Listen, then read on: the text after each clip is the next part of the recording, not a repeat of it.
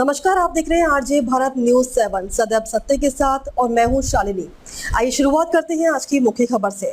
दाहोद जिला कांग्रेस समिति द्वारा वोट चोर गद्दी छोड़ अभियान। वोट चोर गद्दी छोड़ नारों के साथ ढोल धमाके एवं माइक में वोट चोर गद्दी छोड़ गीत बताते हुए कांग्रेस पार्टी के द्वारा दाहोद के बस स्टेशन पर विरोध प्रदर्शन।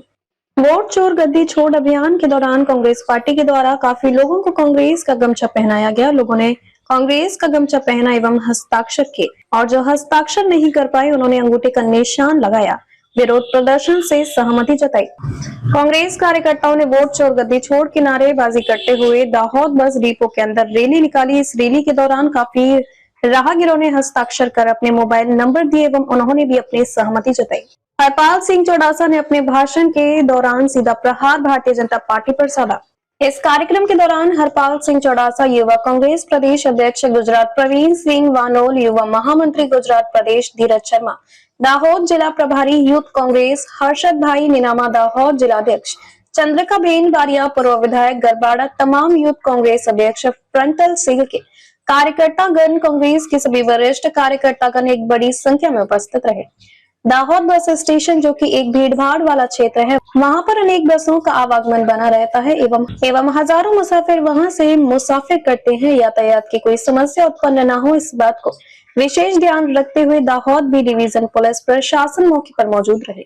आरजे भारत न्यूज 7 के लिए दाहोद से राजेश सिसोदिया की यह खास रिपोर्ट। देश ने अंदर वोट चोर गद्दी छोड़ अभियान की शुरुआत हमारा आदरणीय नेता राहुल गांधी जी द्वारा करवामां आवी छे અને સમગ્ર દેશની અંદર પુરાવા સાથે પ્રેસ કોન્ફરન્સ કરી અને ચૂંટણી પંચને પણ કહેવામાં આવ્યું છે, છતાં પણ આજ દિન સુધી ચૂંટણી પંચ ભાજપના ખોળામાં બેસી અને જે રીતે ભાજપ એમને ચલાવે એ લોકો ચાલે છે।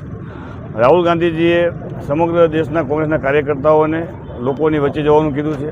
લોક દરબારની અંદર જઈ વોટ ચોર ગદ્દી ચોરનું અભિયાન જે રહ્યું એની અંદર સમર્થન મેળવવાનું સહી ઝુંબેશ ચલાવી છે। ત્યારે સમગ્ર દેશની અંદરથી 5 કરોડથી વધારે સહી લઈ આવતા દિવસોની અંદર કોંગ્રેસનો એક એક કાર્યકર્તા દિલ્હી સુધી કૂચ કરશે, ચૂંટણી પંચને આવેદનપત્ર આપશે અને આ વોટ ચોરનો જે ગંભીર મુદ્દો જે રહ્યો દરેકે દરેક બૂથ વાઇઝ કોંગ્રેસના કાર્યકર્તા, યુથ કોંગ્રેસ, મહિલા કોંગ્રેસ, NSUI, સેવાદળ તમામ ફ્રન્ટલ ભેગા થઈ અને લોકો સુધી આ મુદ્દો પહોંચાડશે। આ માટે આજનું આયોજન કરવામાં આવ્યું દાહોદની અંદર। આવનાર ચૂંટણીઓમાં આ અભિયાનનું કેટલું આપને આવતી ચૂંટણી નહીં પણ બિહારના ઇલેક્શનની અંદર આપણે આના પરિણામો જોવા મળશે। બિહારની અંદર સૌથી મોટી અસર છે અને સમગ્ર દેશની અંદર વોટ ચોરના માધ્યમથી આ લોકો સત્તા ઉપર બેઠા છે અને બિહારની અંદર આપ લોકોને ખ્યાલ આવી જશે। સર, નામ આપનું? હરપાલ સિંહ ચુડાસમા, ગુજરાત પ્રદેશ યુથ પ્રમુખ। આજે અમારા યુથ કોંગ્રેસના પ્રદેશના અધ્યક્ષ આદરણીય હરપાલસિંહજી વોટ ચોર ગદ્દી ચોર કાર્યક્રમ અંતર્ગત દાહોદમાં પધારેલા। એમાં અમે બસ સ્ટેન્ડ પાસે ટેન્ટ મૂકી અને સ્ટોલો મૂકી અને જાહેર લોકોની સહીઓની કાર્યક્રમ કર્યો હતો। એટલે ભારતીય જનતા પાર્ટીની સરકાર લોકોના વોટ ચોરી કરીને ખોટી રીતે બની બેઠેલી છે। એ કેન્દ્રમાં હોય, રાજ્યોમાં હોય, લોકોના વોટ ચોરી કરીને બની બેઠેલી છે। એમની ચોરી અમારા આદરણીય રાહુલ ગાંધીજીએ પકડી પાડી છે।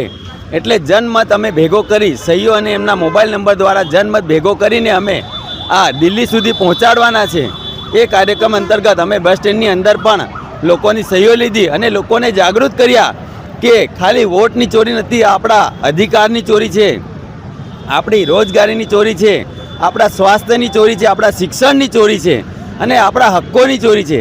આ વિશે લોકોને જાગૃત કરી લોકોને અમે સહી ઝુંબેશ કાર્યક્રમ કર્યો હતો અને એ કાર્યક્રમ ખૂબ સફળ નીવડ્યો અને એની અંદર મોટી સંખ્યામાં યુથ કોંગ્રેસના કાર્યકરો અને અમારા આદરણીય હરપાલસિંહજી અને એમના સાથી મિત્રો અહીંયા પધાર્યા, અમારા માજી ધારાસભ્યશ્રીઓ પધાર્યા। એ બદલ સૌનો હું ખૂબ ખૂબ આભાર માનું છું।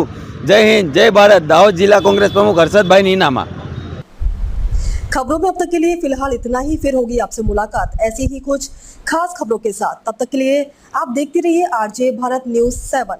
अगर आपने हमारे YouTube चैनल को सब्सक्राइब नहीं किया तो आज ही सब्सक्राइब करें और बेल आइकन को दबाना ना भूलें। साथ ही साथ हमारे Facebook पेज और Instagram को भी फॉलो करें ताकि ऐसी ही खबरें सबसे पहले आप तक पहुंचे।